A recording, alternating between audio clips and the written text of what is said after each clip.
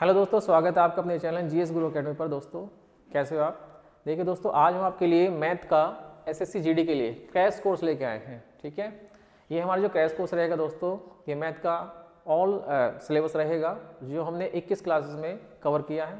ठीक है, और ये एसएससी जीडी के लिए बड़ा ही बेनिफिशियल रहेगा। इसमें आपके जितने भी प्रीवियस क्वेश्चन आए हैं एसएससी जीडी में, तो हमने सब इसमें इंक्लूड किए हैं। और भी एसएससी के अदर एग्जाम हैं जो उनके क्वेश्चन हमने यहाँ पे लिए हैं और अपने पास से हमने कुछ इंक्लूड किया है। ठीक है, तो ये आपके लिए बड़ी बेनिफिशियल क्लास रहेगी। 21 क्लासेस में आपका जीडी का सारा मैथ कवर हो जाएगा। ये हमारा मैथ्स का क्रैश कोर्स होगा। ठीक है, तो आज से हमारी जो पहली क्लास इस पर लगने वाली है मैथ्स की, क्रैश कोर्स 21 क्लास में आपका समाप्त होने वाला है। मात्र 21 क्लास आपकी रहेंगी मैथ्स की, जिसमें आपका सारा मैथ्स कवर हो जाएगा। ठीक है दोस्तों, तो आप हमारे साथ बने रहिए। आपके लिए जितनी भी क्लासेस होंगी वे सभी फ्री होंगी। ठीक है, चाहे वो आपकी मैथ्स की हो, जीएस की हो, इस चैनल पे आपकी सभी क्लासेस फ्री रहेंगी और आपको बस बने रहना है हमारे साथ। तो चलते हैं अपने पहले क्वेश्चन पर। हमारे आज का जो पहला क्वेश्चन है दोस्तों, वो देख लीजिए। पहला क्वेश्चन है हमारा, जो आप स्क्रीन पे देख पा रहे हो। 152 को 3 भागों में इस प्रकार बांटा गया है कि पहले का 1/5, दूसरे का 1/3 तथा तीसरे का 1/11 आपस में बराबर है। तो दूसरे और तीसरे भाग का योगफल क्या होगा, ये हमें इसमें बताना है दोस्तों। तो देखो, जब ऐसा क्वेश्चन आ जाता है तो आपको किस तरह लगाना है वो देखिए ध्यान से। रेशो का एक कंसेप्ट होता है दोस्तों। यहाँ पे हमने 152 को 3 भागों में बांटा है, तो हम 3 भाग मान लेते हैं, ए, बी और सी। ठीक है दोस्तों, क्वेश्चन के हिसाब से बोला गया है पहले भाग का 1/5 भाग बराबर है किसके, दूसरे भाग के 1/3 भाग के, और बराबर है तीसरे भाग के 1/11 यानी C/11। ठीक है, अगर ये आपस में बराबर है दोस्तों, तो यहाँ से इसका रेशो आसानी से निकाला जा सकता है। तीनों संख्याओं का रेशो हम आसानी से निकाल सकते हैं। देखो ध्यान से, अगर ये कंडीशन आती है हमारी रेशो में दोस्तों, तो जिस लेटर के नीचे जो नंबर होता है और ये बराबर में आते हैं, तो जिस लेटर के नीचे जो नंबर आता है दोस्तों, वही उसकी वैल्यू हो जाती है। तो बी की वैल्यू यहाँ 3 हो जाएगी, ए की 5 हो जाएगी रेशो में, और सी की 11 हो जाएगी। तो बी की वैल्यू 3 और सी की वैल्यू 11। ठीक है, अब हम चलते हैं अपने क्वेश्चन पे आगे। हमारे टोटल जो संख्या है जिसका हमें बंटवारा करना है दोस्तों 152 है, और यहाँ पे मेरी जो रेशो बना है तीनों संख्याओं का, तीनों भागों का, वो बन रहा है 5, 3, 11। तो हमारे यहाँ पे टोटल बनेगा, हम भी टोटल बनाते हैं अपना, तो 11, 3, 14, 5, 19। हमारा टोटल रहेगा 19, जो रहेगा टोटल के बराबर। टोटल यहाँ पे कितना है, 120। 152 19 से काटेंगे आप इसे, 19 से कटेगा ये, 19 से 19, 19 8 152। तो आप देख पा रहे हो एक बराबर हमारा 8 आ गया। हमें जो पूछा गया है दोस्तों, दूसरी और तीसरी भाग का जो योगफल है वो हमें बताना है। दूसरे और तीसरे भाग का योगफल पहले हम यहीं से निकाल लेते हैं। दूसरा भाग आप देख पा रहे हो हमारा कितना है दोस्तों, वो है हमारा 3, और तीसरा भाग हमारा क्या है दोस्तों, वो है 11। तो योगफल बता रहा है, तो हम पहले क्या करेंगे दोस्तों, पहले इनका योगफल कर लेते हैं रेशो में। तो 11 और 3 14, तो हमें 14 की वैल्यू यहाँ से निकालनी है। 14 बराबर क्या होगा दोस्तों, तो 14 बराबर हो जाएगा 8 गुना 14, यानी कि 14 8 112। तो 112 इस क्वेश्चन का बिल्कुल सही आंसर हो जाएगा, ऑप्शन नंबर सी। तो इस तरह क्वेश्चन का आपको दोस्तों ऐसा लगाना है। ठीक है, ये सारे क्वेश्चन आपके इंपॉर्टेंट होंगे जो आपके एसएससी एग्जाम में पूछे गए हैं। तो ध्यान से देखिए, बने रहिए हमारे साथ क्लास के अंत तक। ठीक है दोस्तों, चलिए जितने भी हमारे क्वेश्चन आएंगे आगे इसमें दोस्तों, सारे ही क्वेश्चन बड़े इंपॉर्टेंट हैं, तो आपको बड़े ध्यान से देखने हैं। क्वेश्चन करने का तरीका एग्जाम में आपका क्या होना चाहिए, क्या आपकी अप्रोच होनी चाहिए क्वेश्चन के अकॉर्डिंग। ठीक है, जैसा हमें क्वेश्चन मिलेगा हमें उसी के अकॉर्डिंग अपना मेथड यूज़ करना है, तो आपका एग्जाम बड़ी जल्दी से, बड़ी आसानी से निकल सकता है। ठीक है, देखिए 3/7 18/5 का एलसीएम पूछा गया है दोस्तों। ठीक है, तो हमने सीखा है दोस्तों कि जब हम किसी फ्रैक्शन का एलसीएम निकालते हैं तो क्या करते हैं, तो जो हमारा अंश होता है, अंश का हम एलसीएम निकालेंगे दोस्तों। अगर हमें एलसीएम पूछा है तो हम अंश का निकालेंगे, यानी कि न्यूमरेटर का निकालेंगे। और हमसे एलसीएम यहाँ पे पूछा गया है, तो जो डिनोमिनेटर होता है आपका, यानी कि हर होता है, उसका निकालेंगे आप यहाँ पे एचसीएफ। तो फ्रैक्शन का क्या बन जाएगा, हमारी एलसीएम बन जाएगा। ठीक है दोस्तों, यहाँ पे जो फ्रैक्शन दे रखी है आपको, 2 दे रखी है, 3/7 और 18/5। हमें यहाँ पे इनका क्या निकालना है, एलसीएम निकालना है। तो ऊपर वाले नंबर का एलसीएम निकाल लेंगे, नीचे वाले नंबर का एचसीएफ निकाल लेंगे। तो नंबर कुछ ऐसे दे रखे हैं 3/7 और 18/5। अब हमें यहाँ पे क्या निकालना है इनका, हमें यहाँ पे इनका निकालना है एलसीएम। तो एलसीएम निकालने के लिए मैंने आपको बताया है अंश का निकालना है एलसीएम और हर का निकालना है एचसीएफ। तो 3 और 18 का जो एलसीएम बनेगा दोस्तों वो बनेगा 18। 18 एक ऐसी संख्या है छोटी से छोटी जो 18 से भी डिवाइड हो जाती है और 3 से भी डिवाइड हो जाती है। अब बात करते हैं नीचे के एचसीएफ की। तो 7 और 5, अगर देखा जाए 7 और 5 एक दूसरे के लिए क्या है दोस्तों, ये को प्राइम है यानी कि सहभाज्य है, और दो सहभाज्य संख्याओं का जो एचसीएफ आता है वो आता है हमेशा 1। ठीक है, तो इनका जो एचसीएफ बनेगा वो बनेगा 1 को नीचे लिखने की कोई आवश्यकता नहीं है। ठीक है, तो हमारा जो आंसर बनेगा इन दोनों फ्रैक्शन का जो एलसीएम बनेगा वो बनेगा 18। तो ऑप्शन नंबर सी इस क्वेश्चन का सही आंसर हो जाएगा। तो फ्रैक्शन वाले क्वेश्चन में जब भी आपसे एलसीएम से पूछे तो जो आपसे पूछेगा वो आपको अंश का निकालना होता है, बाकी आपको नीचे वाले का एचसीएफ या एलसीएम निकालना पड़ता है। ठीक है, अगर हमसे वो पूछ रहा है फ्रैक्शन का एलसीएम तो हम क्या करेंगे, अंश का निकालेंगे एलसीएम और हर का निकालेंगे एचसीएफ। निकालने हमें दोनों ही पड़ते हैं, लेकिन हमें क्या करना है, जो हमसे पूछा गया है वो हमें अंश का निकालना है। ठीक है, और जो नहीं पूछा गया वो हर का निकालना है। तो फ्रैक्शन के लिए ये आपका कंसेप्ट रहता है एलसीएम एचसीएफ के लिए। अगले क्वेश्चन पे चलते हैं। अगला क्वेश्चन देखिए दोस्तों क्या होगा। इस क्वेश्चन का आंसर हमारा क्या आ गया, ऑप्शन नंबर सी बिल्कुल सही है।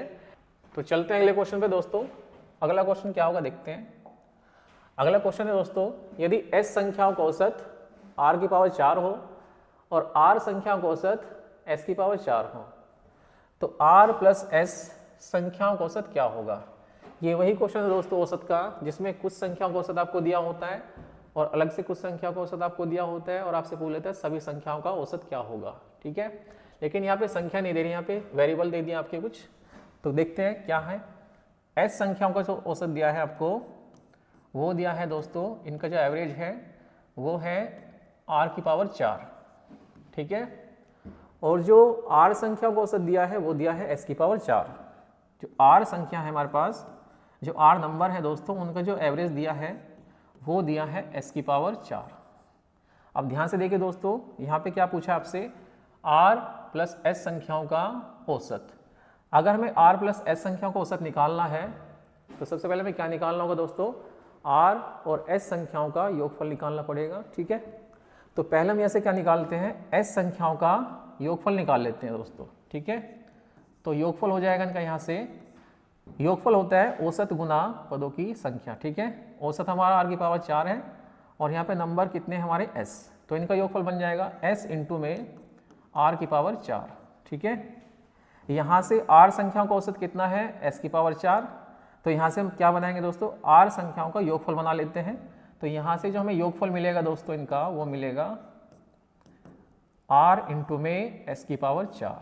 ठीक है, अब हमें क्या करना है दोस्तों, r प्लस s संख्याओं का योगफल निकालना है। ठीक है, तो योगफल निकलेगा तो औसत निकल जाएगा उससे। पहले योगफल निकाल रहे हैं, तो s संख्याओं का योगफल ये है, r संख्याओं का ये है, तो इन दोनों को जोड़ देंगे तो ये बन जाएगा s और r संख्याओं का योगफल। तो s इंटू r की power 4 plus r into s की पावर 4। यहाँ से हमारा r s कॉमन आ जाता है दोस्तों, अंदर बचेगा, देखो यहाँ पे r की पावर 4 है, एक r मैंने बाहर ले लिया तो अंदर बचेगा r की पावर 3। s की पावर 4 है, एक s मैंने बाहर ले लिया तो यहाँ बचेगा, क्या बचेगा दोस्तों, s की पावर 3। ठीक है, अब ये हमारा आ गया योगफल। इसको थोड़ा सा हम और खोल सकते हैं, a cube plus B cube का एक फॉर्मूला हमारा बन रहा है यहाँ पे।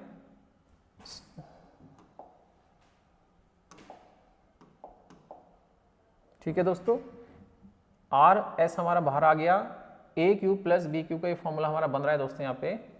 तो इसको हम खोल सकते हैं, आगे इसका विस्तार कर सकते हैं। तो आर एस बाहर रहेगा हमारा ब्रैकेट से और ये हो जाएगा आर प्लस एस इंटू में R square plus S square minus R S.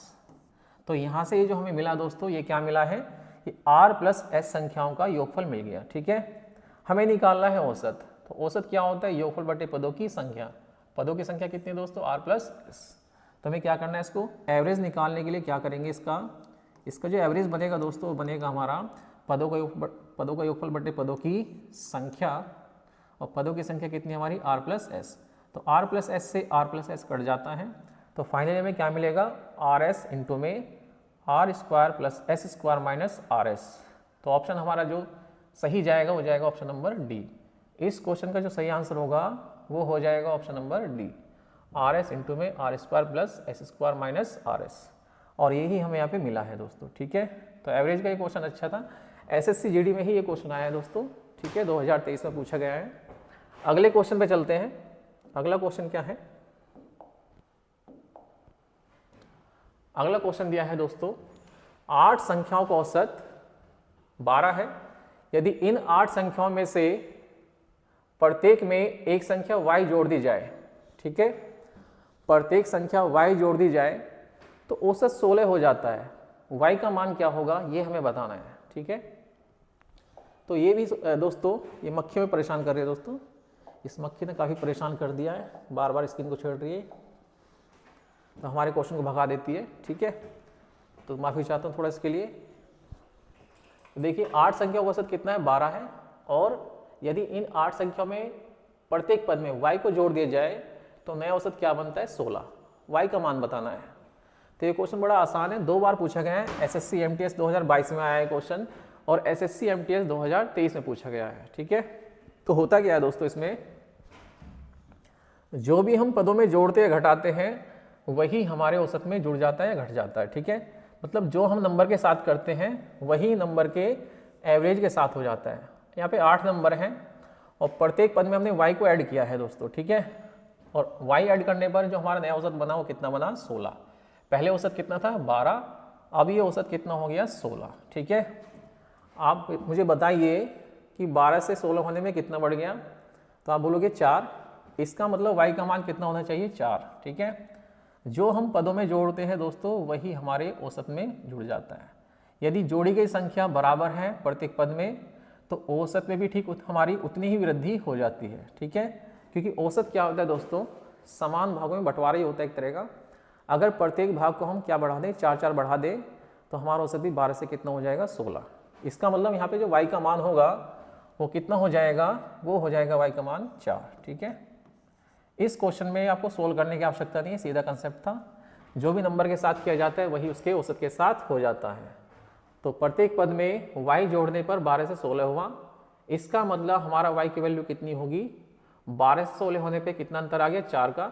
इसका मतलब इस क्वेश्चन का जो आंसर होगा वो होगा 4। ऑप्शन नंबर ए इस क्वेश्चन का सही आंसर है। इसको ज़्यादा सोल्व करने की आवश्यकता नहीं है क्योंकि हमें टाइम बचाना है, तो सोल्व करके टाइम नहीं करना खराब इसमें। ठीक है, टाइम खराब करने की बिल्कुल भी आवश्यकता नहीं है इस क्वेश्चन में। चलिए 1.6 3.6 के बीच मध्यानुपाती 5 और 8 के तृतीयानुपाती का अनुपात क्या होगा।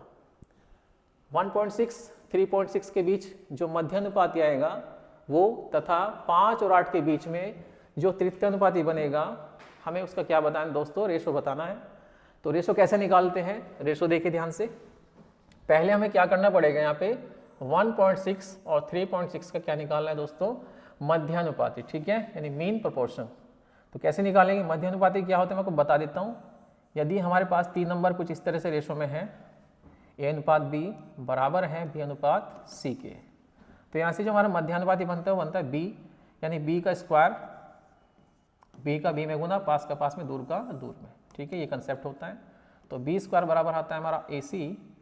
यदि हमें मध्यानुपाती बी की वैल्यू निकालनी तो स्क्वायर हमारे इधर जाके रूट बन जाता है दोस्तों, तो बी बराबर होता है रूट ए सी, बी बराबर रूट ए सी। ये मध्यानुपाती का फॉर्मूला होता है दोस्तों। तो यहाँ से हमारा ये ए मान लेते हैं, इसको मान लेते हैं बी, इसको सी। ठीक है, तो 1.6 गुना 3.6, इसको आप थोड़ी देर के लिए 16 मान लीजिए, इसको 36 मान लीजिए। ठीक है दोस्तों, तो यहाँ से 16 और 36 का जो मल्टीप्लाई करेंगे आपको मिल जाएगा मध्यानुपाती बी, यानी कि 1.6 मल्टीप्लाई 3.6। इनका पॉइंट हटाने के लिए दोस्तों क्या करना पड़ेगा, बटे में 100 ले लीजिए, इसका पॉइंट हट जाएगा, इसका हट जाएगा, तो हमें मिलेगा यहाँ से क्या मिलेगा दोस्तों, 16 गुना 36 बटे में 100। ठीक है, अब इसका जो स्क्वायर रूट होता है 16 का वो 4 होता है, 36 का 6 होता है, और 100 का 10 होता है। तो यहाँ से जो मध्यानुपाती मिलेगा दोस्तों, मिलेगा 4 गुना 6 बटे में 10, यानी कि 2.4, 4 छिका 24 और 10 से डिवाइड करेंगे कितना आ जाएगा आपका 2.4। तो ये तो हो गया हमारा मध्यानुपाती। अब ठीक हमें क्या निकालना है, हमें निकालना है 5 और 8 का तृतीय अनुपाती। तो तृतीय अनुपाती होता है दोस्तों C बराबर B² A, ठीक है। तो यहाँ देख लेते हैं, ये हमारा B हो जाता है और ये A, हमें निकालना है C। तो C हो जाएगा हमारा 8 का स्क्वायर 64 बटे 5, और 64 बटे 5 का मतलब होता है दोस्तों 12.8, ठीक है। तो ये हमारा तृतीय अनुपाती C आ गया, और ये हमारा मध्यानुपाती 2.4 यानी B की वैल्यू आ गई। अब हमें इनका रेशो निकालना है। तो रेशो कैसे निकलेगा दोस्तों, देखिए यहाँ से, मध्यानुपाती 2.4 और तृतीय अनुपाती 12.8, पॉइंट से पॉइंट कट जाएगा दोस्तों, बराबर अंकों के बाद है, ठीक है। ये 24 रह गया, ये 12 रह गया, 128 रह गया आपका। तो ये कटेगा आपका 8 से कट जाएगा पूरा 8 तिया 24, और 8 से काटेंगे इसको, 8 1 8 और 8 6 48, ठीक है। तो 8 6 48, इस क्वेश्चन का जो आंसर होगा ऑप्शन नंबर डी हो जाएगा, 3.16 इस क्वेश्चन का सही आंसर हो जाएगा। तो ये रेशो प्रोपोर्शन का क्वेश्चन था, SSC GD में पूछा गया है दोस्तों। तो इसको आप इस तरह लगा सकते हो, ये यहाँ पे समझाने के लिए था। हमारा जो क्वेश्चन स्टार्ट हो जाता है, हमारा क्वेश्चन स्टार्ट होता है यहाँ से, ठीक, सीधा यहाँ से। तो B की वैल्यू यानी मध्यानुपाती निकालते हैं √AC से, तो हम यहाँ से इसको लगा सकते थे इस तरह से। डायरेक्ट भी आप निकाल सकते, 4 इसका 4 बने, इसका 6 बने, इसको पॉइंट को हटा दीजिए आप, बाद में लगा लेंगे। 16 का 4 बनता है इसका रूट, और 36 का 6, तो 4 छिक्का 24, क्योंकि दोनों में पॉइंट है। तो हमारे जो मध्यानुपाती होगा वहाँ भी क्या मिलेगा आपको, पॉइंट, ठीक है। यहाँ भी हमारा जो तृतीयानुपाती निकल के आया है वो कितना आ गया, 12.8। तो रेशो बनाने के लिए क्या करना है, पॉइंट से मैंने पॉइंट हटा दिया यहाँ से, तो 3:16 इस क्वेश्चन का सही आंसर हो जाएगा, ठीक है। चलिए चलते हैं अगले क्वेश्चन पर। अगला क्वेश्चन है दोस्तों, यदि 3 संख्याओं का योगफल 98 है, पहली संख्या और दूसरी संख्या से अनुपात 2:3 है, दूसरी संख्या का तीसरी संख्या से अनुपात 5:8 है, तो तीसरी संख्या क्या होगी, ये हमें बताना है दोस्तों, ठीक है। देखिए, इसे करने के 2 तरीके हो सकते हैं, एक तो बेसिक और दूसरा आपका बाई ऑप्शन। बाई ऑप्शन आप इसको देखते आंसर बता सकते हो, इसका आंसर 8 का मल्टीपल होगा। तो अगर देखा जाए इसका आंसर क्या बन रहा है, 48 ही बन रहा है, और कोई संख्या यहाँ पे 48 से कटती दिखाई नहीं दे रही है, ठीक है। अब इसको करके देखते हैं, करने का तरीका क्या होगा। देखिए, 3 संख्याओं को योगफल 98 दिया है, वो संख्या मान सकते हैं A, B और C, ठीक है दोस्तों, A, B और C। पहली दूसरी का जो रेशो दे रखा है 2:3 दे रखा है, ठीक है। दूसरी का तीसरी से अनुपात दे रखा है दोस्तों कितना, 5:8। तो यहाँ से दूसरी और तीसरी का जो रेशो है वो कितना है, 5:8, ठीक है। यहाँ पे हमें क्या लेना है दोस्तों, तीनों का रेशो लेना है एक साथ। तो तीनों का रेशो क्या बनेगा, वो बन जाएगा, देखो यहाँ पे B की वैल्यू 3 है, यहाँ B की वैल्यू क्या है 5। हमें B की वैल्यू बराबर करनी होती है, तो 3 और 5 का एलसीएम कितना बनेगा 15। तो 5 से इसमें गुना लगाएंगे, 5 से इसमें लग जाएगी रेशो में, इसमें 3 से गुना लगाएंगे आप, 3 से इसमें लग जाएगी। तो यहाँ से हमारी B की वैल्यू बराबर हो जाती है। तो ABC का जो रेशो बनेगा दोस्तों वो बनेगा 2 पंजे 10, 5 तिया 15 और 8 तिया 24। तो यहाँ से हमने आसानी से क्या निकाल दिया, इनका ABC का रेशो निकाल लिया, ठीक है। अब जो क्वेश्चन में बोला गया है दोस्तों वो हमें निकालना है। क्वेश्चन ने पूछा है तीसरी संख्या क्या होगी। तो टोटल हमारा कितना बनता है देखते हैं। टोटल हमारा बन रहा है 24 और 15 39 और 10 49। यहाँ जो वैल्यू मिली हमें टोटल 49 मिली है रेशो में, और क्वेश्चन में जो वैल्यू दे रखी है टोटल कितनी है दोस्तों 98। तो 98 किसके बराबर होगा, टोटल के बराबर ही होगा हमारा। टोटल 49 है, 49 से कटेगा दोस्तों ये 2 बार, तो 1 की वैल्यू आ जाएगी 2। 1 यूनिट की वैल्यू 2 आ गई। हमसे पूछा है तीसरी संख्या, तो तीसरी संख्या क्या है दोस्तों 24 है। तो 24 की जो वैल्यू बनेगी दोस्तों वो भी इसका दुगना हो जाएगी। 24 का दुगना कितना होता है 48। अगर 1 हमारा 2 के बराबर है तो 24 48 के बराबर होगा। ऑप्शन नंबर ए इसका आंसर हो जाता है, ठीक है। मैंने आपको पहले ही बताया दोस्तों, अगर आप चाहते तो आपको ये इतना करने की जरूरत भी नहीं थी, ठीक है। क्योंकि हमारा जो ऑप्शन बन रहा है 8 का केवल एक ही मल्टीपल बन रहा है, ठीक है। तो ऑप्शन से भी हम इसको लगा सकते थे, बिना सोल्व किए हम इसका आंसर देख के बता सकते थे कितना आ गया इसका 48, ठीक है। तो कुछ क्वेश्चन ऐसे भी हो जाते हैं जिसमें हम ऑप्शन देख के इसका आंसर टिक कर सकते हैं। चलिए, लेकिन इसके लिए हमें क्या करना है दोस्तों, नंबर में पकड़ होनी चाहिए, हमें नंबर की नॉलेज होनी बहुत ज़रूरी है, वरना हम इस तरह क्वेश्चन को नहीं लगा पाएंगे, ठीक है। चलिए, ये मक्खी परेशान कर रही है आज हमको। चलिए, 3 संख्या ABC का अनुपात 15, 21, 27 है। इन संख्याओं का योगफल 441 है दोस्तों। B और A के बीच अंतर, C और B के बीच का अंतर का जो अनुपात है वो ज्ञात करना है, ठीक है। SSC GD 2023 में ये क्वेश्चन पूछा गया है, ध्यान से देखिए। सारे क्वेश्चन आपके लिए वही लेके आ रहा हूँ जो एग्जाम में पूछे गए हैं, ठीक है। एक भी क्वेश्चन आपके एग्जाम से बाहर नहीं होगा, जो SSC पूछ रहा है वही आपके क्वेश्चन होंगे। तो बने रहिए हमारे साथ, ठीक है। 21 क्लास में आपका ये मैथ आपका खत्म होने वाला है, आपके एग्जाम में इनसे बाहर क्वेश्चन नहीं जाने वाला, ठीक है। तो ध्यान से देखिए क्वेश्चन को क्या बोला है, क्वेश्चन को करने की अप्रोच क्या होगी वो देखिए। 3 संख्या ABC का रेशो दिया है 15, 21, 27, इनका योगफल दिया है दोस्तों 441। B और A के जो बीच अंतर होगा, C और B के बीच जो अंतर होगा उसका अनुपात हमें ज्ञात करना है, ठीक है। तो देखिए इसे कैसे करेंगे आप, सॉल्व करने की आवश्यकता नहीं है, यही देखिए रेशो दे रखा है, यहाँ बोला है B और A के बीच अंतर। तो देखिए अगर मैं इनका रेशो यहाँ पे लिख देता हूँ 15, 21 और 27, ठीक है दोस्तों। ये ABC का रेशो है। B और A का अंतर आपको दिखाई दे रहा है कितना है दोस्तों, 6 है। इन दोनों का जो डिफरेंस है वो 6 आ गया, ठीक है। अब आगे देखते हैं C और B के बीच का जो अंतर है वो कितना है, रेशो में देखिए आप कितना है दोस्तों, 6। तो इनका भी अंतर 6 है। तो अंतर का अंतर रेशो जो बनाया मैंने वो देखो कितना बना है, 6:6। और 6:6 का मतलब होता है 1:1। तो इस क्वेश्चन का जो आंसर होगा वो हो जाएगा 1:1। कुछ ऐसे क्वेश्चन भी एग्जाम में पूछे जाते हैं जिसमें आपको थोड़ा सा अप्रोच लगाना होता है और आंसर आपको मिल जाता है, ठीक है।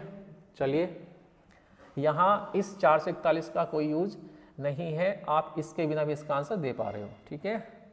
तो अगले क्वेश्चन पे चलते हैं दोस्तों। अगला क्वेश्चन क्या है, A B का 150% है, ठीक है। B C का 40% है। यदि A प्लस B तथा C की वैल्यू 20 है तो 2B plus 3C minus 4A का मान ज्ञात कीजिए। देखिए क्वेश्चन को ध्यान से, 2023 का क्वेश्चन है ये भी आपका SSC GD का जो पूछा गया था। A B का 150% है, इसका मतलब ये हो गया दोस्तों, यदि B हमारा 100 है तो A कितना होगा, 150। तो यहाँ से हम बड़ी आसानी से A/B निकाल सकते हैं। इनमें रेशो क्या बनेगा, तो अगर ये 100 है और ये 150 है तो इनका रेशो बनेगा दोस्तों 3:2, ठीक है। ठीक, आगे चलते हैं। B C का 40% है दोस्तों, ऐसे यहाँ से B C का रेशो निकाल सकते हैं आसानी से। अगर B C का 40% है दोस्तों, तो अगर ये 40 है तो C कितना माना जाएगा, 100, ठीक है। इनका रेशो बनेगा आपका 2:5। अब हमें क्या लेना है दोस्तों, क्या करना है, 2B plus 3C minus 4A की वैल्यू निकालनी है। ये वैल्यू हम तब तक नहीं निकाल पाएंगे दोस्तों जब तक हमें A B C तीनों को एक साथ रेशो ना पता हो। तो यहाँ से हम क्या करेंगे, पहले A B C का रेशो बनाते हैं। वो कितना बनेगा देखिए, A हमारा कितना है 3, B हमारा कितना आ रहा है इधर 2 और इधर भी कितना है 2। तो रेशो बना है, कुछ करने की आवश्यकता नहीं है, ठीक है। और C की वैल्यू कितनी है 5। तो यहाँ से A B C का रेशो कितना आ गया, 3, 2, 5। अब योगफल कितना दिया है तीनों का, 20। हमारा योगफल कितना बन रहा है यहाँ पे दोस्तों, 3, 2, 5 और 5, 10। हमारा योगफल 10 बना और एग्जाम में कितना क्वेश्चन में कितना दे रखा है, 20। तो 1 बराबर 20 के हो गया, तो 1 बराबर हमारा किसके हो जाएगा, 2 के। तो यहाँ से 1 की वैल्यू 2 आ गई, तो हम यहाँ से A की वैल्यू निकालें तो 2 तिया 6 और 2 दूनी 4, B की वैल्यू 4 आ जाती है और 2 पंजे 10। C की वैल्यू कितनी आ गई दोस्तों, 10। अब ये वैल्यू हमें कहाँ पुट करनी है, इस इक्वेशन में, ठीक है। तो 2B प्लस 3C, तो पहले B की वैल्यू लेनी है आपको। तो B की वैल्यू यहाँ से देखें 4 आती है, तो 4 दूनी 8, तो 2 गुना B की वैल्यू 4 आ गई दोस्तों, प्लस 3C। सी की वैल्यू यहाँ से देखिए दोस्तों 10 आ गई हमारी, तो सी की वैल्यू 10 लेनी है आपको और उसका 3 गुना लेना है, ठीक है। तो 3 गुना सी की वैल्यू कितनी है 10। अब हमें -4a निकालना है दोस्तों, तो 4a में क्या करना है आपको, a की वैल्यू लेनी है। a की वैल्यू आप देख पा रहे हो यहाँ से कितनी आ गई हमारी 6, ठीक है। तो a की वैल्यू 6 हो जाएगी और माइनस गुना किससे हो रही है इसमें 4 से, तो 4 गुना 6, ठीक है। अब इसको सोल्व करना है दोस्तों, 2 चौक 8 प्लस 30 माइनस 24, 30 और 8 38, 38 में से 24 घटाएंगे आपका मिलेगा आंसर 14। तो इस क्वेश्चन का जो आंसर हो जाएगा ऑप्शन नंबर डी। डी इस क्वेश्चन का बिल्कुल सही आंसर होगा, ठीक है दोस्तों। उम्मीद करता हूँ आपको समझ में आ गया होगा। रेशो बनाया, ठीक है, जो आपसे पूछा वैल्यू पुट कर दी और आंसर हमारा आ गया। इससे ज़्यादा इसमें कुछ नहीं था करने के लिए। आगे चलते हैं।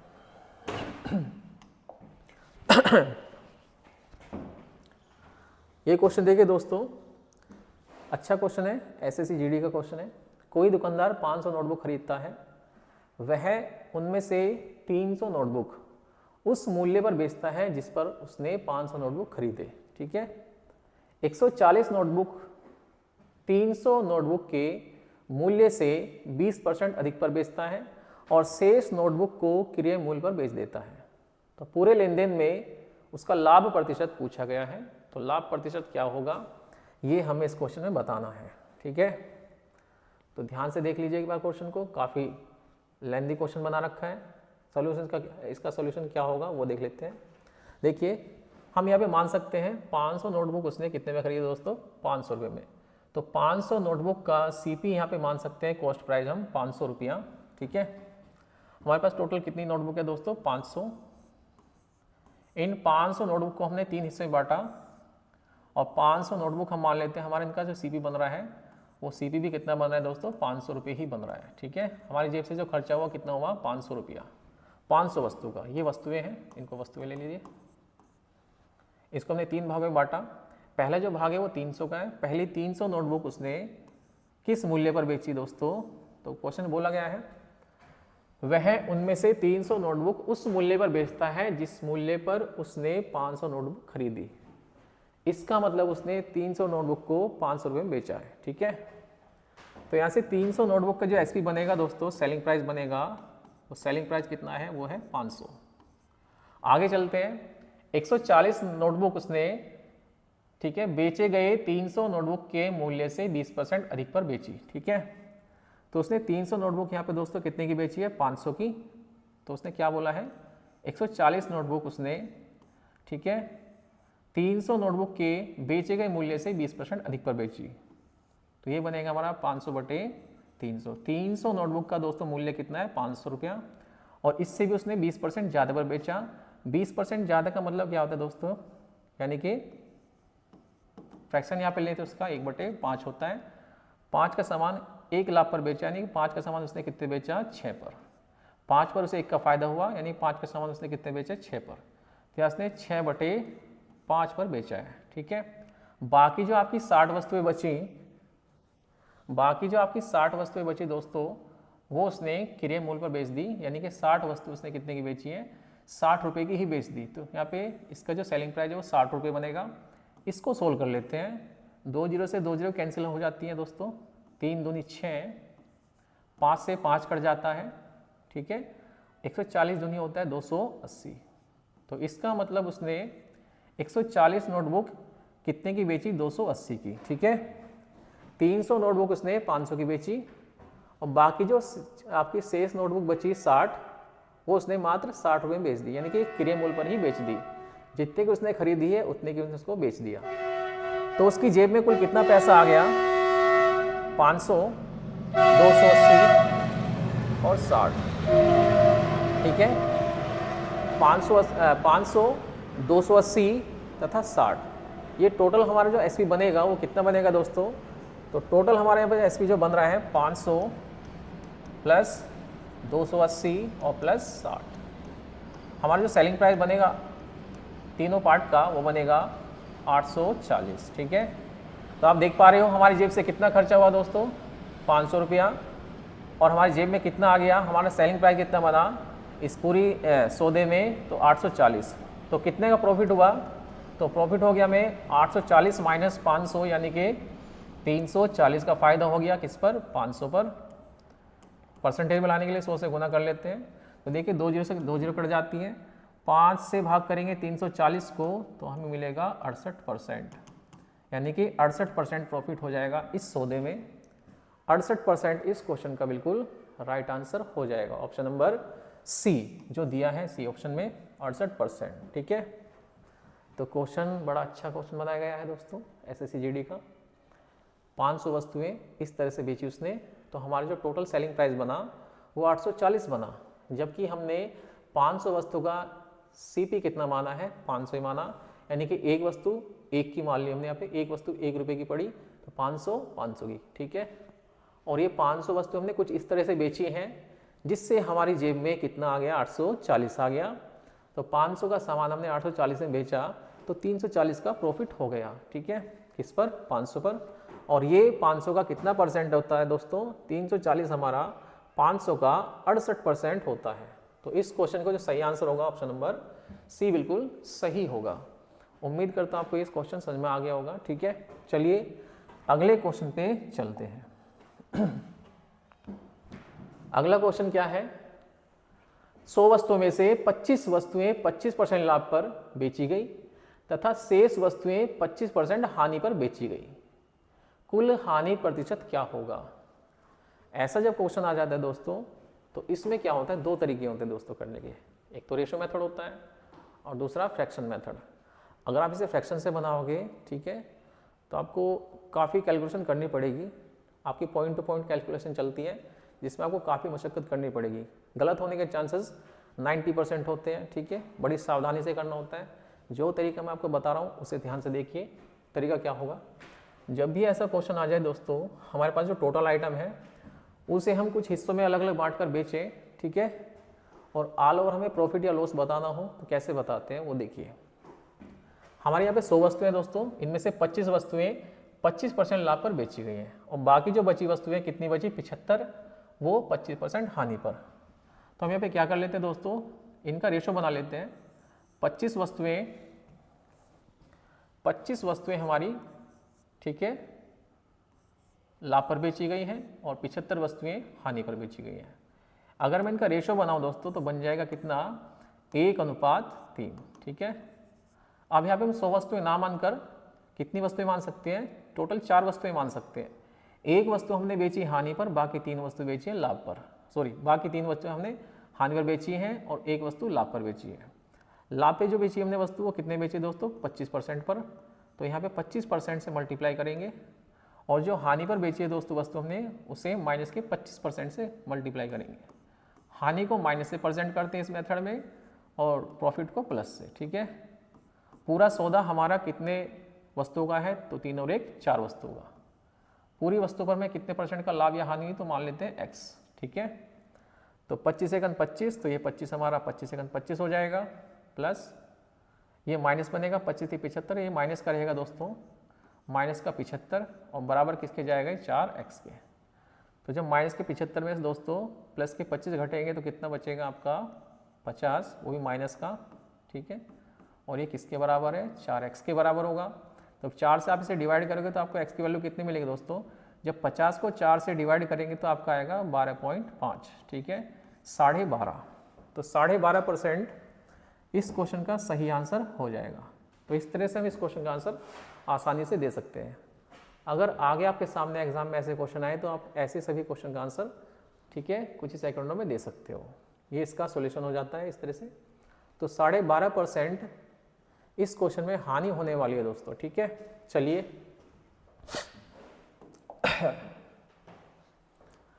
अब राघव ने एक शर्ट 1500 में खरीदी और शर्ट की कीमत में 40% की वृद्धि कर दी। ठीक है दोस्तों, और फिर उस पर कुछ % की छूट दी जिस पर उसे पूरे सौदे में 75 रुपये का लाभ हुआ। ये इस क्वेश्चन में दिया है। तो उसने पूछा है शर्ट पर उसने कितने % की छूट दी है। ठीक है, तो इस क्वेश्चन को कैसे किया जाएगा, देखो ध्यान से। एक लाइन का क्वेश्चन होता है। हमारे यहाँ पे सीपी कितना दे रखा है दोस्तों, 1500, यानी उसने 1500 अपनी जेब से खर्च किया और उसने इसका क्या बढ़ाया दोस्तों, 40% इसको बढ़ा दिया, यानी कि 140 बटे इसको 100 कर दिया है। ठीक है, फिर उसने क्या किया, इस पर कुछ छूट दी है। छूट देने के बाद जो रेट आपका बचता है दोस्तों वो 100% से कमी बचता है। तो यहाँ पे जो छूट देने के बाद जो आपका रेट मिलेगा उसको हम क्या मान लेते हैं, एक्स मान लेते हैं, एक्स बटे 100। ठीक है, छूट को हमेशा 100 में से घटा के लिखा जाता है, क्योंकि हमें यहाँ पे छूट नहीं पता तो हम क्या मान लेते हैं दोस्तों, छूट को कुछ मान लेते हैं। और उस छूट को देने के बाद जो हमारी नेट वैल्यू बनती है वो कितनी बनती है, एक्स। और ये एक्स का मान हमेशा 100 से कम ही आता है दोस्तों। तो देखते हैं क्या आने वाला है। ऐसा करने के बाद 1500 का 40% बढ़ा दिया और उस पर फिर हमने कुछ छूट दे दी, तो फाइनली हमें कितने का लाभ हुआ, 75 रुपये का लाभ हुआ दोस्तों। कितने का लाभ हो रहा है, 75 का। तो आप मुझे बताइए, हमने 1500 का कोई सामान खरीदा, ठीक है, और 1500 के सामान पर हमें पूरे सौदे में 75 रुपये का लाभ हुआ है, तो हमारा फाइनल सेलिंग प्राइस क्या होगा, तो आप बोलोगे 1575। तो हमने एक तरह से 1500 के सामान को 1575 में बेचा है। तो यहाँ से हमें एक्स की वैल्यू निकालनी है, कर लेते हैं। 2 जीरो से 2 जीरो कैंसिल हो जाती है, 1 जीरो हमारी यहाँ पे कट जाती है दोस्तों। ठीक है, और क्या कटने वाला है, और कट जाएगा यहाँ से 5 तिया 15, 5 दूनी 10, 2 से कट जाएगा 7 बार। ठीक है, तो 7 तिया 21, इधर हमें 21 मिला दोस्तों। तो 21x किसके बराबर हो गया, 1575 के। 21 से कट जाएगा 21 सत्ते 147 और 21 पंजे 105। ठीक है, 21 सत्ते 147, 157, 10 बचेगा, 10 के आगे 5 उतारें 105 हो जाएगा दोस्तों, 21 पंजे 105। तो फाइनली हमें क्या मिला दोस्तों, यहाँ पे मिला हमें एक्स की वैल्यू 75, यानी कि उसने 100% में से कितना घटा दिया, 25%। हमें एक्स की वैल्यू यहाँ पे क्या मिली है दोस्तों, 75। तो ये 100 से कितना कम है, तो आप बोलोगे डिस्काउंट कितना हो जाता है, 25% का। ये 100 से 25% कम है, तो उसका डिस्काउंट परसेंटेज कितना होगा, 25% हो जाएगा। इस क्वेश्चन का सही आंसर ऑप्शन नंबर डी। ठीक है, इसको आप आसानी से इस मेथड से लगा सकते हो, ज़्यादा कुछ सोचने की आवश्यकता नहीं है इसमें। चलिए अगले क्वेश्चन पे चलते हैं। कोई व्यक्ति अपने बेटे, बेटी और अपनी पत्नी के नाम,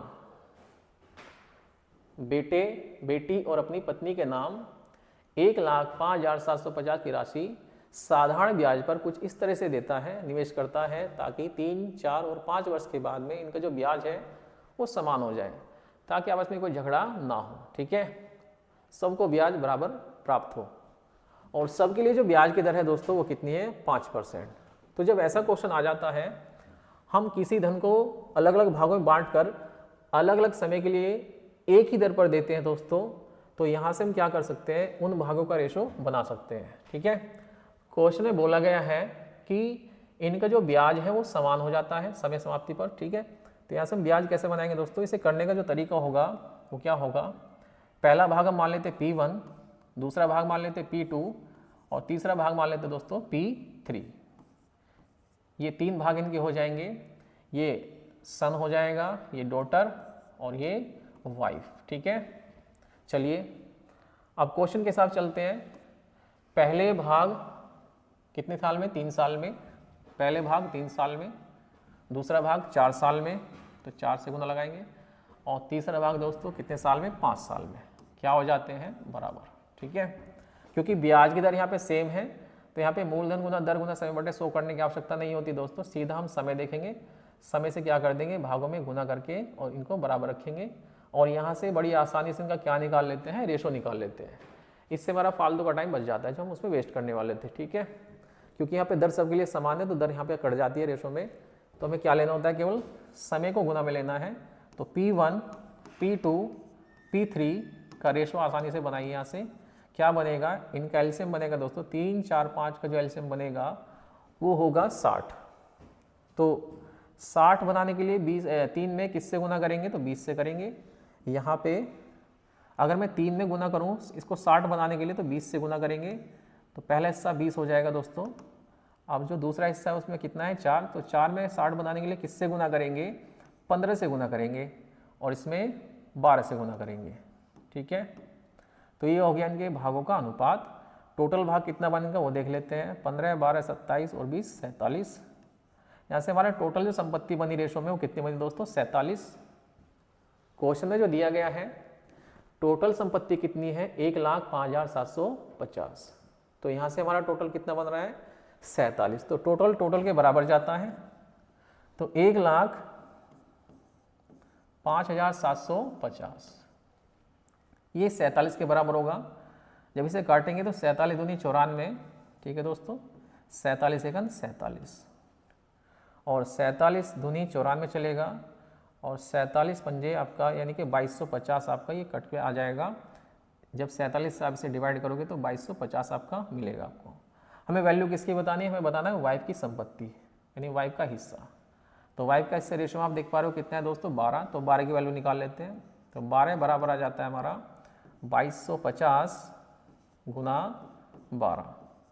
12 गुना 2250 आपका गुना होकर आ जाएगा 1200, 12 पंजे 60, हासिल लगभग 6, 12 दिन 24 6 30, 12 दिन 24 3 27, यानी कि 27,000 इस क्वेश्चन का सही आंसर हो जाएगा। पत्नी को मिलेगा 27,000, ठीक है। तो यहाँ से पत्नी का ही पूछा गया है। पत्नी का जो निवेश राशि होगी पत्नी के लिए वो हो जाएगी 27,000। ऑप्शन नंबर सी इसका सही आंसर हो जाएगा। चलिए अगले क्वेश्चन पे चलते हैं।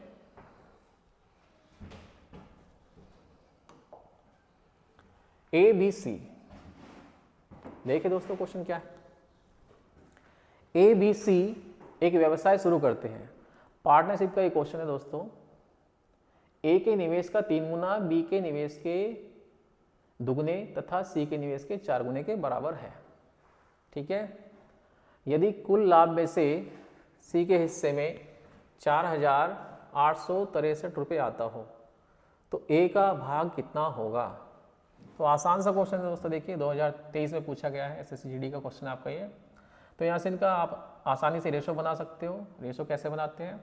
जैसे लैंग्वेज बोली है कि ए के निवेश का 3 गुना, तो ए का जो निवेश है उसका 3 गुना किसके बराबर है दोस्तों? बी के निवेश के दुगने के बराबर। तो बी के दुगने के बराबर है और सी के 4 गुने के बराबर। तो सी का 4 गुना हो जाएगा यहाँ से 4C। अब हमें क्या करना है दोस्तों? इनके भागों का अनुपात या फिर कह सकते हो इनके लाभ का अनुपात बनाना है, क्योंकि यहाँ पे समय सबके लिए बराबर है। तो जो हमारे निवेश का अनुपात होगा वही इनके लाभ का अनुपात भी हो जाएगा। यदि समय अलग अलग होता तो यहाँ पे इनका जो लाभ का अनुपात होता वो थोड़ा अलग हो जाता। निवेश राशि से लाभ का जो अनुपात होगा वो अलग कब होगा? जब समय सबका अलग अलग होता है, ठीक है। यहाँ पे समय का कोई जिक्र नहीं किया गया, तो हम मान के चलते हैं यहाँ सबका समय क्या है? समान है। तो समय से मल्टीप्लाई करने की आवश्यकता नहीं है। चलिए, तो यहाँ पे जो रेशो दिया है आपका, जो दिया है ए का 3 गुना बी के दुगने के तथा सी के 4 गुने के बराबर है। तो रेशो क्या बनेगा? इनका एलसीएम निकाल लेते हैं दोस्तों। तो ए बी सी का रेशो बन जाएगा 3 2 4। इनका जो एलसीएम आएगा वो आएगा 12। तो इसको 12 बनाने के लिए किससे गुना करें? तो 4 से। इसको 12 बनाने के लिए किससे गुना करें? तो 6 से। इसको 12 बनाने के लिए किससे गुना करें? तो 3 से। तो ये हो जाता है इनके लाभ का अनुपात। इस लाभ के अनुपात में हमें दिया है सी का लाभ दिया है कितना है? वो है 4,863। रेशो में सी का लाभ कितना है दोस्तों? वो है 3। तो 3 हमारा किसके बराबर होगा? 4,863 के बराबर हो जाएगा, ठीक है। यहाँ से हमें किसकी वैल्यू निकालनी है? ए की। तो 3 हमारा अगर 4,863 के बराबर है तो 1 किसके बराबर होगा? 1 की वैल्यू निकल जाएगी। 3 से काटेंगे आप 48 को, 16 बार कटेगा, 16 तिया 48 और 21 तिया 63, ठीक है दोस्तों। 21 तिया 63, तो 1621 हमारा आंसर 1 के बराबर आ गया। हमें निकालनी यहाँ पे ए के हिस्से का वैल्यू। तो ए का हिस्सा रेशो में कितना है? 4। तो 4 बराबर दोस्तों हो जाएगा 1621 गुना 4, ठीक है। अब 16 चौका 64, 21 चौक 84, यानी कि 6484 ऑप्शन नंबर बी इसका सही आंसर हो जाएगा, ठीक है। तो आप देख पा रहे हो सभी क्वेश्चन वैसे देखा जाए कोई ज़्यादा हार्ड नहीं है, बस प्रैक्टिस की आवश्यकता है। प्रैक्टिस करोगे तो आप सारे क्वेश्चन लगा सकते हो बड़ी आसानी से। बस प्रैक्टिस होनी चाहिए आपकी, ठीक है। कंटिन्यू प्रैक्टिस करते रहें तो आपको जो मैथ है वो बहुत अच्छा हो जाएगा, ठीक है। मैथ हमारा प्रैक्टिस के ऊपर बेस होता है। अगला क्वेश्चन क्या है? ये क्वेश्चन देखिए दोस्तों। चावल की 2 किस्में हैं, इनको मिलाया जाता है। पहली किस्म 65 रुपये प्रति केजी वाली है, दूसरी 95 रुपये प्रति केजी वाली है। वह अनुपात ज्ञात कीजिए जिसमें चावल की दोनों किस्मों को मिलाया गया है। ताकि मिश्रण की जो कीमत है वो कितनी बन जाए, 83 रुपये प्रति केजी बन जाए। तो ये क्वेश्चन जो है एलिगेशन मेथड से आसानी से हो जाएगा। जब आपकी दो किस्म के चावलों को मिलाकर, ठीक है, मिक्स करके हम किसी कंबाइंड रेट से बनाते हैं, तो ऐसे क्वेश्चन में हमारी एलिगेशन लग जाती है। तो अलग अलग किस्म क्या है, 65 रुपये वाली और 95 वाली है। इन दोनों को मिक्स किया तो हमारी कीमत क्या बनी, 83। ठीक है दोस्तों, तो यहाँ से इनका एलिगेशन लगा लेते हैं। इसमें 65 रुपये प्रति केजी वाला चावल है, एक हमारा 95 रुपये प्रति केजी वाला चावल है। इन दोनों को मिक्स किया किसी फिक्स रेशो में, तो जो हमारा औसत रेट बना वो कितना बना, 83 रुपये, 83 रुपीज़ पर केजी बना। ठीक है, यहाँ से एलिगेशन लगा लेते हैं। तो बड़े में से छोटा घटाया जाता है, 95 में से घटाइए आप 83, तो बचेगा 12। ठीक है, 83 में से घटेगा कितना, 65, तो 13 में से 5 गया 8 बचा, और 7 में से 6 जाएगा तो 1 बचेगा। तो 6 दूनी 12 और 6 तिया 18, 2:3 में इन चावल को मिलाना पड़ेगा। यदि 65 वाले 2 केजी हैं तो 95 वाले दोस्तों कितने केजी होने चाहिए, 3 केजी। तब जाके हमारे मिश्रण का जो रेट बनेगा वो कितना बनेगा दोस्तों, 83 रुपये पर केजी। ऑप्शन नंबर सी इस क्वेश्चन का सही आंसर हो जाएगा। ठीक है, तो देखिए हमने क्या किया, इसमें 65, 95, 83 पे एलिगेशन लगाया है। एलिगेशन के बाद जो हमें रेशो मिला है वो कितना मिला है, 2:3। तो 2:3 में इन चावलों को मिलाना है। इस क्वेश्चन का आंसर ऑप्शन नंबर सी बिल्कुल सही गया। ठीक है, अगले क्वेश्चन पे चलते हैं। अगला क्वेश्चन क्या है दोस्तों, ये कार्य समय का क्वेश्चन है, टाइम एंड वर्क का। तो देखिए आप इसे क्या कह रहा है क्वेश्चन में। टाइम एंड वर्क का बड़ा अच्छा क्वेश्चन है, एसएससी जीडी कांस्टेबल 2023 में पूछा गया है। ठीक है, क्या है क्वेश्चन, ए एक काम को 16 दिन में पूरा कर सकता है, बी उसे 12 दिन में पूरा कर सकता है। ठीक है, ए करता है 16 में और बी करता है 12 में। उन दोनों ने 4 दिन तक एक साथ काम किया, उसके बाद ए ने काम छोड़ दिया। ठीक है, तो बचा हुआ जो काम है बी ने किया है पूरा। आपसे पूछ रहा है बी ने कुल कितने दिन काम किया। ठीक है, इसका मतलब ये हुआ दोस्तों, आपसे ये पूछना चाह रहा है कि हमारा जो टोटल काम है वो कितने दिन तक चला, काम पूरा होने में कुल कितना समय लगा। तो कैसे निकालना है, यहाँ से आप क्या कर सकते हो, इनकी क्षमता बना लेते हैं दोस्तों पहले। तो ए करता है किसी काम को 16 दिन में और बी करता है उसी काम को 12 दिन में। ठीक है दोस्तों, तो काम बना लेते हैं ऐसा जो दोनों से पूरा पूरा कट जाए, तो आंसर आ जाएगा इनका ऐसा काम जो इन दोनों से पूरा पूरा कट जाए। तो 16 12 का एलसीएम ही होगा, कितना हो जाएगा, 48। तो 48 यहाँ पे हमारा टोटल काम हो गया। 16 दिन में ए करता है 48 काम, तो एक दिन में कितना करेगा, 3। बी करता है 12 दिन में 48 काम, तो एक दिन में कितना करेगा, 4। ठीक है दोस्तों, यहाँ से मैंने इनकी क्षमता निकाल दी, एफिशिएंसी 3 और 4 आ गई एक एक दिन की। ठीक है, क्योंकि समय दिनों में है तो एफिशिएंसी किस में निकलेगी, दिनों में निकलेगी।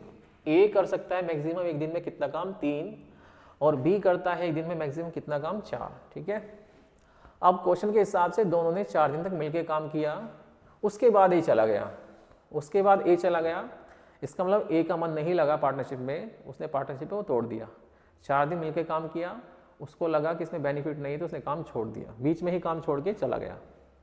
तो क्या होगा, ए ने 4 दिन में कितना काम किया होगा दोस्तों, तो ए का काम निकाल लेते हैं। ए की एफिशिएंसी कितनी है, 3, ये एक दिन में 3 काम कर पाता है, तो 4 दिन में कितना करके गया होगा, तो 4 तिया 12।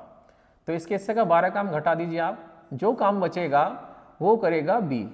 तो 48 में से 12 घटाइए आप, माइनस कर दीजिए, तो जो काम बचा आपका वो बचा 36। ये 36 काम दोस्तों, क्योंकि बी तो नहीं गया, बी तो शुरू से लास्ट तक रहा। ठीक है, तो ये सारा काम 36 का 36 किस हिस्से में आ गया, जब से काम स्टार्ट हुआ है और जब तक काम समाप्त हुआ है तब तक ये काम शुरू से अंत तक किसने किया है, ये बी ने किया होगा। ठीक है, और बी की क्षमता कितनी है, 4 है। तो 4 के हिसाब से इसे ये काम करने में शुरू से अंत तक कितना समय लगा, तो 9 दिन। ठीक है दोस्तों, तो पूरा काम करने में कितना समय लगा, 9 दिन। तो बी ने 9 दिन तक काम किया होगा। ठीक है, इस क्वेश्चन का सही आंसर ऑप्शन नंबर ए। तो पूरा काम होने में, यानी बी को इस काम को करने में कुल 9 दिन लगे। कितने लगे, 9। तो कार्य समय का ऐसा क्वेश्चन ये पूछा गया है। आगे भी ऐसे क्वेश्चन पूछने की पूरी उम्मीद है दोस्तों, तो आप ऐसे क्वेश्चन की अच्छे से प्रैक्टिस करके जाइए। हो सकता है आपको ऐसे क्वेश्चन मिल जाए आने वाले एग्जाम में, एसएससी जीडी या फिर एसएससी के किसी अदर एग्जाम में। चलिए, ये जो क्वेश्चन है दोस्तों इसको ध्यान से देखिए। 212 मीटर लंबी एक रेलगाड़ी है, 45 किलोमीटर प्रति घंटे की चाल से दौड़ रही है, मतलब चल रही है। यह रेलगाड़ी 188 मीटर लंबे प्लेटफॉर्म को कितने समय में, और समय बताना है सेकंड में। ये बोल रहा है कितने समय में, और समय हमारा किस में आएगा दोस्तों, सेकंड में लेना है। ठीक है, तो हमें बताना है ये रेलगाड़ी इस प्लेटफॉर्म को कितने समय में पार कर जाएगी। तो जब भी ऐसा क्वेश्चन आए दोस्तों, कोई रेलगाड़ी, ये कोई मैंने ट्रेन मान ली, इस ट्रेन की लंबाई कितनी है दोस्तों, 212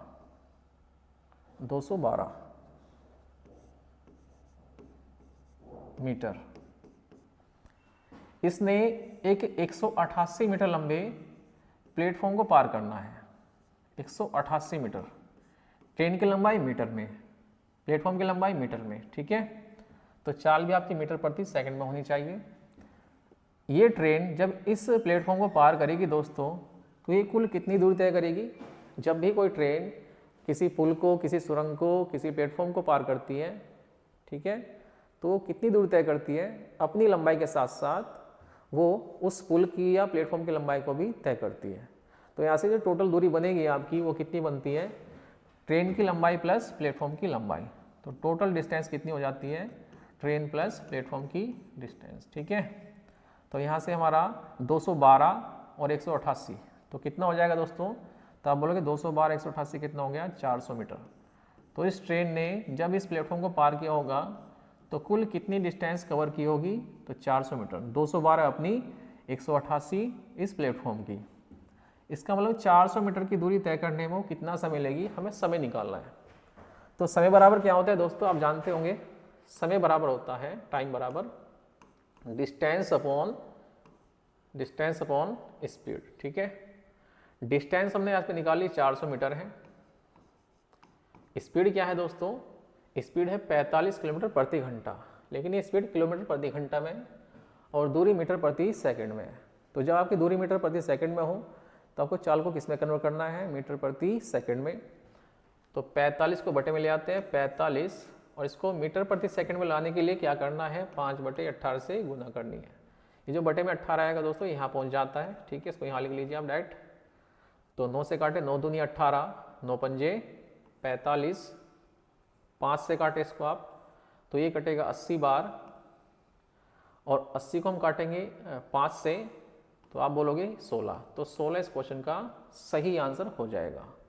ऑप्शन नंबर 16 दूनी 32, सॉरी 16 दूनी 32, यानी कि ऑप्शन नंबर डी इस क्वेश्चन का सही आंसर हो जाएगा। ये दो मैं यहाँ पे भूल गया था दोस्तों, तो 16 दूनी 32 इस क्वेश्चन का सही आंसर है। 16 दूनी 32 सेकंड में ये ट्रेन इस प्लेटफॉर्म को पार कर जाएगी। ऑप्शन नंबर डी बिल्कुल इस क्वेश्चन का सही आंसर हो जाएगा। ठीक है, चलिए अगले क्वेश्चन पे चलते हैं। अगला क्वेश्चन क्या है दोस्तों, अगले क्वेश्चन में क्या बोला इसने, ये कह रहा है कि 6 साल पहले रवि, मोहन और गोविंद की आयु का जो औसत था वो 32 वर्ष था। कितना दोस्तों, 32 वर्ष 6 साल पहले। ठीक है, 6 साल पहले इनकी आयु का जो औसत था दोस्तों कितना था, रवि, मोहन और गोविंद की आयु का जो औसत था वो कितना था, 32 वर्ष। अगर अब शाम उनके साथ शामिल हो जाए तो उनकी आयु का जो औसत बनता है वो कितना बनता है प्रेजेंट में, 36 वर्ष।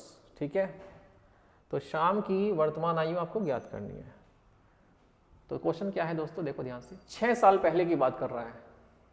6 साल पहले 3 लोग हैं यहाँ पे, रवि, मोहन और गोविंद। ठीक है, 6 साल पहले इन तीनों का जो एवरेज था दोस्तों वो कितना था आयु का, 6 साल पहले वो 32 था। कितना था, 32। आप मुझे बताइए प्रेजेंट में इन तीनों की आयु का औसत क्या होगा। तो प्रेजेंट में आने के लिए इनको क्या करना पड़ेगा, 6 से इनमें प्लस हो जाएगा। 6 साल पहले इनकी एज जो थी वो कितनी थी, मान सकते हो 32 साल। अब ये कितने साल के हो जाएंगे, तो आप बोलोगे 32 6 38 साल के। तो आज जो प्रेजेंट में इन तीनों का औसत रहेगा, इन तीनों का जो एवरेज बनेगा दोस्तों वो कितना बनेगा 38। ठीक है, इन तीनों की बात यहाँ पे चल रही है। अगर शाम को भी इसमें शामिल कर लिया जाए, शाम, राम, मोहन और गोविंद, इन चारों का जो एवरेज बन रहा है दोस्तों वो कितना बन रहा है, तो आप बोलोगे कितना है 36। ठीक है, इन चार लोगों का एवरेज 36 है, तो योगफल कितना बन जाएगा 36 चौके 144। इन तीनों का एवरेज कितना बन रहा है प्रेजेंट में 38, तो इनका योगफल कितना बनेगा, औसत गुना पदों की संख्या यानी कि 114। ठीक है, तो इन चार लोगों का जो योगफल बन रहा है 144 बन रहा है, और तीन लोगों का योगफल कितना बन रहा है प्रेजेंट का 114। इसमें शाम को ऐड करने के बाद इनका योगफल कितना हो जाता है 144। बिना शाम के राम और मोहन तथा गोविंद का जो योगफल बन रहा है कितना है 114। जैसे ही शाम को शामिल करते हैं तो योगफल बढ़ जाता है, 114 से कितना हो गया दोस्तों 144। ठीक है, तो बड़े योगफल में छोटा योगफल घटा देते हैं।